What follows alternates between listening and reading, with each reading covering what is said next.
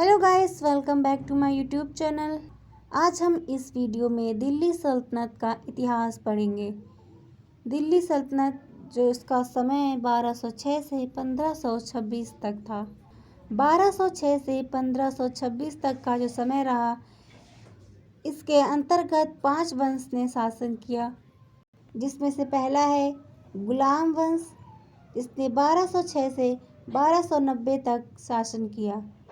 इसके बाद जो दूसरा वंश है वो है खिलजी वंश। 1290 से 1320 तक इसने शासन किया।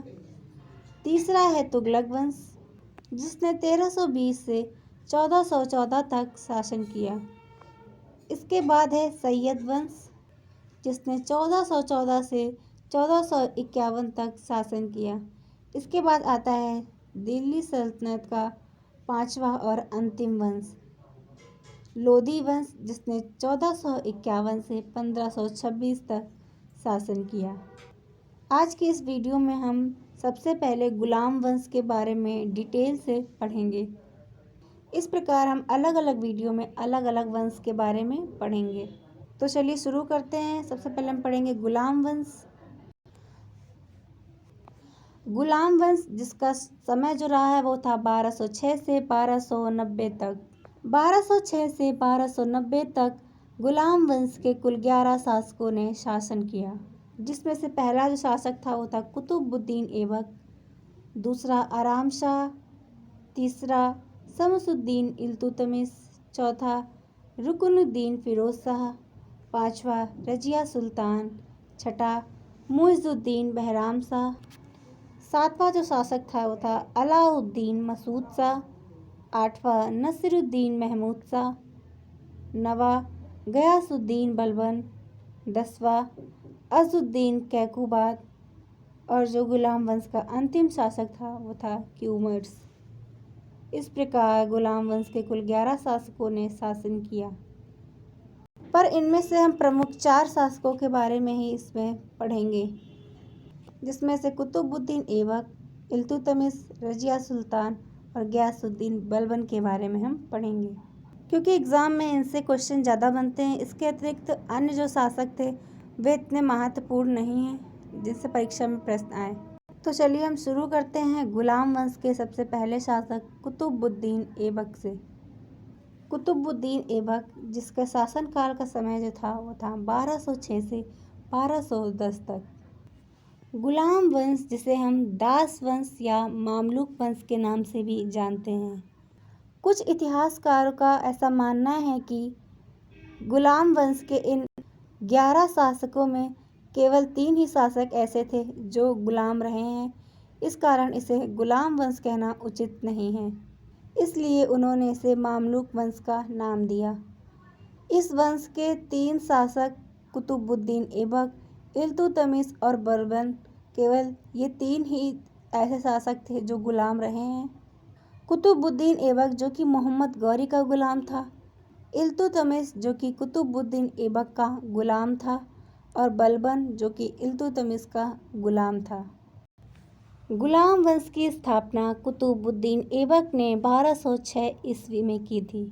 मोहम्मद गौरी की मृत्यु के बाद 1206 में जब मोहम्मद गौरी की मृत्यु हो जाती है तो उसके बाद उसके द्वारा जीते गए प्रदेश पर कुतुबुद्दीन ऐबक शासन करता है, और बाद में वह 1206 ईस्वी में गुलाम वंश की स्थापना करता है।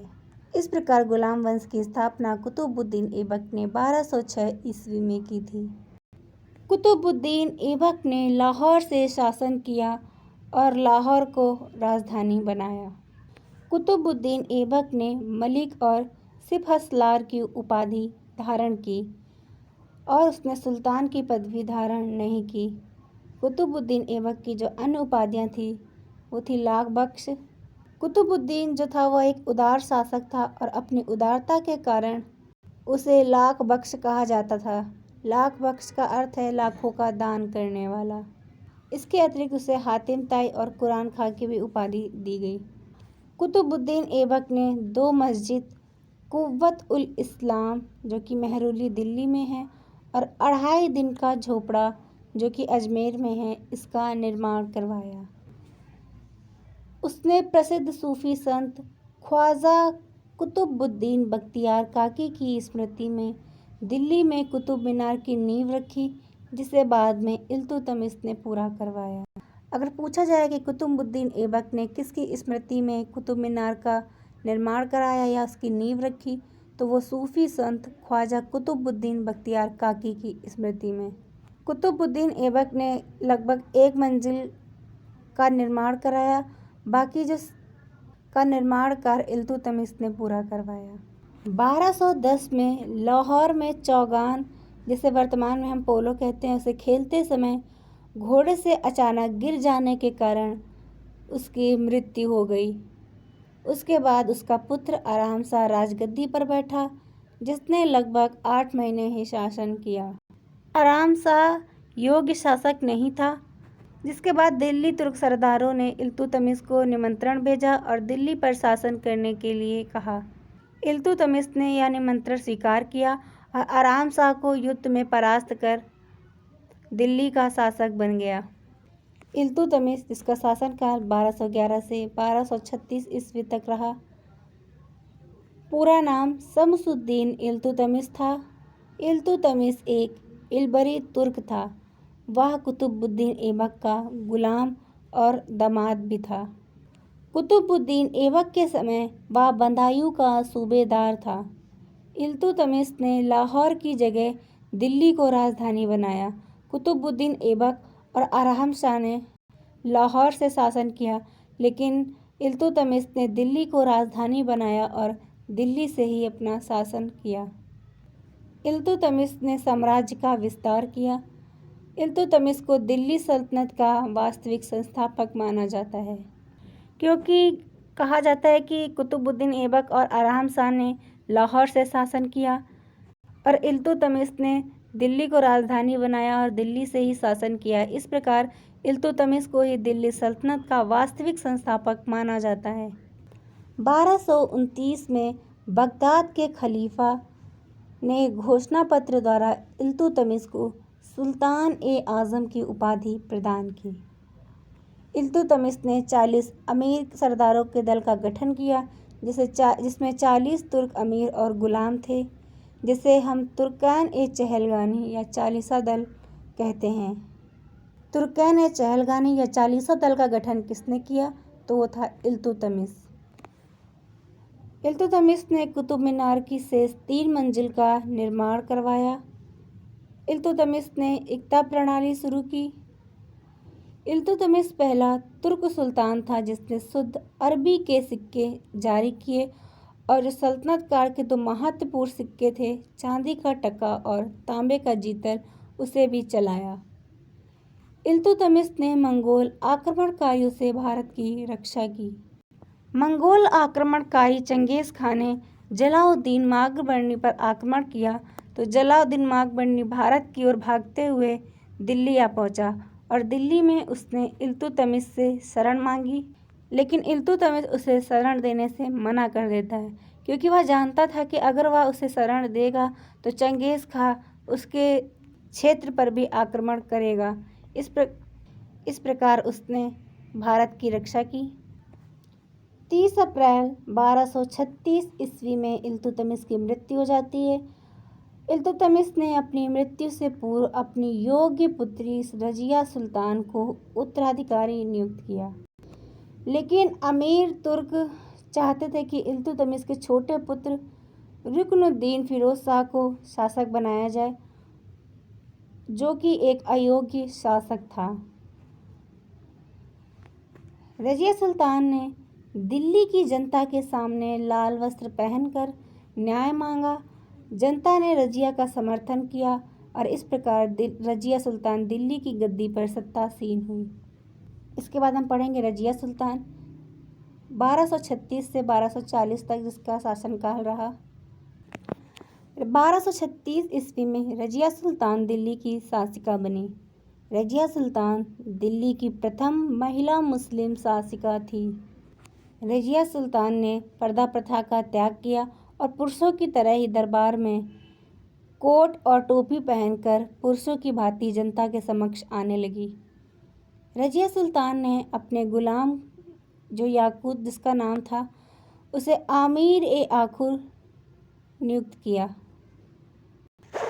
कहा जाता है कि रजिया सुल्तान का उनके गुलाम जिसका नाम याकूत था उससे प्रेम हो जाता है और रजिया सुल्तान उसे आमीर ए आखुर का पद पर नियुक्त कर देती है, जिसका अमीर तुर्क ने बहुत विरोध किया और उन्होंने भटिंडा के सूबेदार अल्तुतनिया से विद्रोह का आमंत्रण दिया।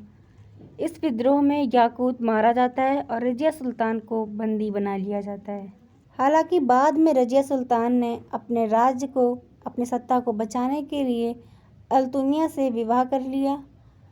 1240 में जब रजिया सुल्तान और अल्तुनिया के साथ राजधानी वापस लौट रही थी तो रास्ते में ही डाकुओं ने उनकी हत्या कर दी।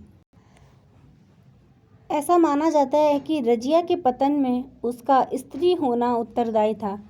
इसके संबंध में एक इतिहासकार हैं मिन्हास, वो लिखते हैं कि यदि भाग्य ने उसे पुरुष नहीं बनाया होता, वरना उसके समस्त गुण इतने लाभप्रद हो सकते थे, उसमें वे सभी गुण थे जो एक सुल्तान में होने चाहिए।